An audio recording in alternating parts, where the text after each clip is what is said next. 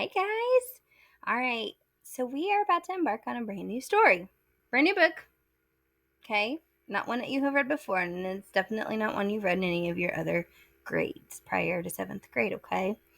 So this book has to do with life in Afghanistan. And this is, although the book itself was written, about 15, 20 years ago here, it's actually pretty relevant to the way life is for children in Afghanistan now. It's not a lot better.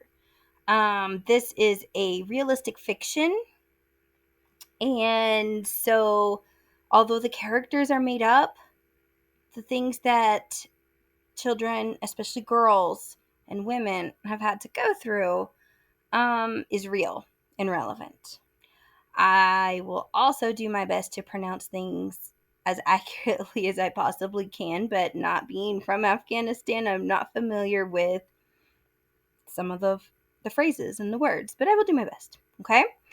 The story we're reading is called The Breadwinner. It's written by Deborah Ellis. All right, I know this is backward. Or is that backwards to you? Actually, it might not be. Okay. You guys will have a copy right now, so why don't you go ahead and open it up, and we're going to go ahead and get started with chapter 1, all right? We will likely have done the prologue probably in class together. All right. So, The Breadwinner. Oh, not prologue. Sorry, forward. All right. Chapter 1. I can read that letter as well as Father can, whispered Parvana into the fold of her chador. Well, almost. She didn't dare say those words out loud. The man sitting beside her father would not want to hear her voice, nor would anyone else in the Kabul market. Parvana was there only to help her father walk to the market and back home again after work. She sat well back on the blanket, her head and most of her face covered by her chador. And again, I hope I'm saying that word correctly. I will Google that later to be sure. She wasn't really supposed to be outside at all. The Taliban had ordered all the girls and women in Afghanistan to stay inside their homes. They even forbade girls to go to school. Parvana had had to leave her 6th grade class, and her sister Nouria was not allowed to go to her high school. Their mother had been kicked out of her job as a writer for a Kabul radio station.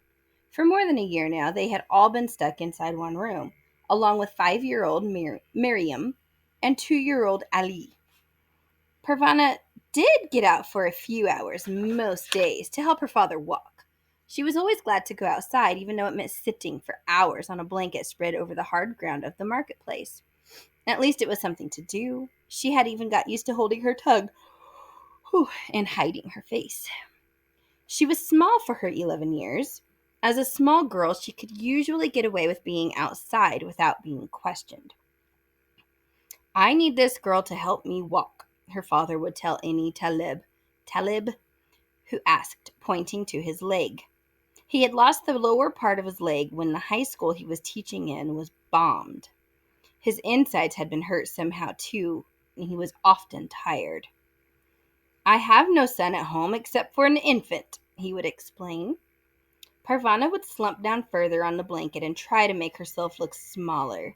She was afraid to look up at the soldiers. She had seen what they did, especially to women, the way they would whip and beat someone they thought should be punished.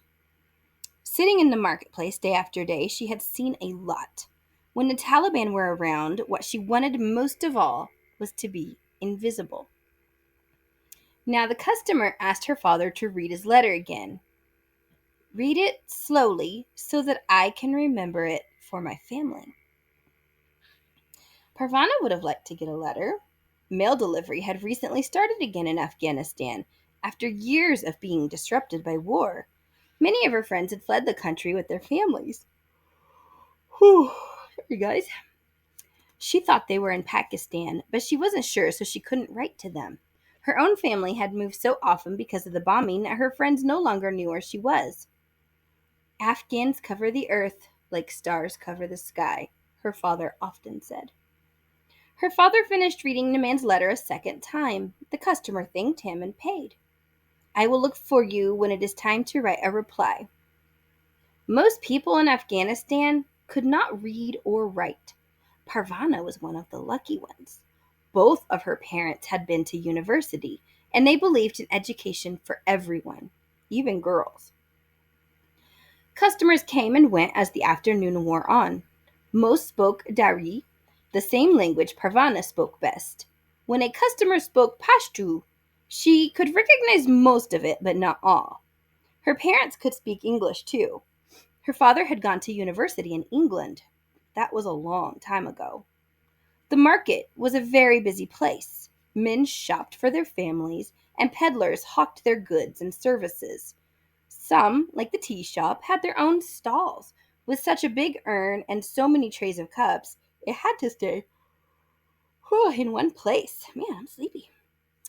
Tea boys ran back and forth into the labyrinth of the marketplace, carrying tea to customers who couldn't leave their own shops, then running back again with the empty cups. I could do that, Parvana whispered. She'd like to be able to run around in the market, to know its winding streets as well as she knew the four walls of her home. Her father turned to look at her. I'd rather see you running around a schoolyard. He turned around again to call out to the passing men, anything written? Anything read? Pashtu and Dari. Wonderful items for sale. Parvana frowned. It wasn't her fault she wasn't in school. She would rather be there, too, instead of sitting on this uncomfortable blanket, her back and her bottom getting sore. She missed her friends and blue and white school uniform and doing new things each day. History was her favorite subject, especially Afghan history. Everybody had come to Afghanistan. The Persians came 4,000 years ago. Alexander the Great came too, followed by the Greeks, the Arabs, Turks, British, and finally, the Soviets. One of the conquerors, Tamerlane from Samarkand, cut off the heads of his enemies and stacked them in huge piles like melons at a fruit stand. All these people had come to Parvana's beautiful country to try to take it over, and the Afghans had kicked them all out again. But now, the country was ruled by the Taliban militia. They were Afghans, and they had very definite ideas about how things should be run. When they first took over the capital city of Kabul and forbade girls to go to the school, Parvana wasn't terribly unhappy at the time. She had a test coming up in arithmetic. Arithmetic is math, guys. That she hadn't prepared for, and she was in trouble for talking in class again. The teacher was going to send a note to her mother, but the Taliban took over first. What are you crying for? She had asked Noria, who couldn't stop sobbing. I think a holiday is very nice. Oh, I think a holiday. I said that wrong. I'm sorry. I think a holiday is very nice. This is Parvana talking, not her sister. Parvana was sure the Taliban would let them go back to school in a few days. By then, her teacher would have forgotten all about sending a tattletale note to her mother. Oh, you're just stupid, Noria screamed at her. Leave me alone. One of the difficulties of living with your whole family in one room was that it was impossible to really leave anyone alone. Wherever Noria went, there was Parvana. And wherever Parvana went, there was Noria. Both of Parvana's parents had come from old, respected Afghan families. With their education, they had earned high salaries. They had had a big house with a courtyard, a couple of servants, a television set, a refrigerator, a car. Noria had had her own room. Parvana had shared a room with her little sister, Miriam. Miriam chattered a lot, but she thought Parvana was wonderful. It had certainly been wonderful to get away from Noria sometimes. That house had been destroyed by a bomb. The family had moved several times since then. Each time, they moved to a smaller place. And every time their house was bombed, they lost more of their things. With each bomb, they got poorer. Now they lived together in one small room. There had been a war going on in Afghanistan for more than 20 years, which is twice as long as Parvana had been alive. At first, it was the Soviets who rolled their big tanks into the country and flew warplanes that dropped bombs on villages and the countryside. Parvana was born 1 month before the Soviets started going back to their own country. You were such an ugly baby. The Soviets couldn't stand to be in the same country with you, Noria was fond of telling her. They fled back across the border in horror as fast as their tanks could carry them. After the Soviets left, the people who had been shooting at the Soviets decided they wanted to keep shooting at something, so they shot at each other. Many bombs fell on Kabul during that time, and many people died. Bombs had been part of Parvana's whole life. Every day, every night, rockets would fall out of the sky, and someone's house would explode. When the bombs fell, people ran. First, they ran one way, then they ran another, trying to find a place where the bombs wouldn't find them. When she was younger, Parvana was carried. When she got bigger, she had to do her own running. Now most of the country was controlled by the Taliban. The word Taliban meant religious scholars, but Parvana's father told her that religion was about teaching people how to be better human beings, how to be kinder. The Taliban are not making Afghanistan a kinder place to live, he said. Although bombs still fell on Kabul, they didn't fall as often as they used to. There was still a war going on in the north of the country, and that was where most of the killing took place these days. After a few more customers had come and gone, Father suggested that they end their work for the day. Parvana jumped to her feet and then collapsed back down again. Her foot was asleep. She rubbed it and then tried again. This time she was able to stand. First, she gathered up all the little items they were trying to sell: dishes, pillowcases, household ornaments that had survived the bombings. Like many Afghans, they sold what they could. Mother and Nuria regularly went through what was left of the family's belongings to see what they could spare. There were so many people selling things in Kabul, Parvana marveled that there was anyone left to buy them. Father packed his pens and writing paper in his shoulder bag. Leaning on his walking stick and taking Parvana's arm, he slowly stood up. Parvana shook the dust out of the blanket, folded it up, and they were on their way. For short distances, Father could manage with just his walking stick. For longer journeys, he needed Parvana to lean on. "You're just the right height," he said. "What will happen when I grow?" "Then I will grow with you." Father used to have a false leg, but he sold it. He hadn't planned to. False legs had to be specially made. And one person's false leg, it didn't necessarily fit another. But when a customer saw Father's leg on the blanket, he ignored all the other things for sale and demanded to buy the leg. And he offered such a good price that Father eventually relented. There were a lot of false legs for sale in the market now. Since the Taliban decreed that women must stay inside, many husbands took their wives' false legs away. "You're not going anywhere, so why do you need a leg?" they asked. There were bombed out buildings all over Kabul. Neighborhoods had turned from homes and businesses into bricks and dust. Kabul had once been beautiful. Noria remembered whole sidewalks, traffic lights that changed color, evening trips to restaurants and cinemas, browsing in fine shops for clothes and books.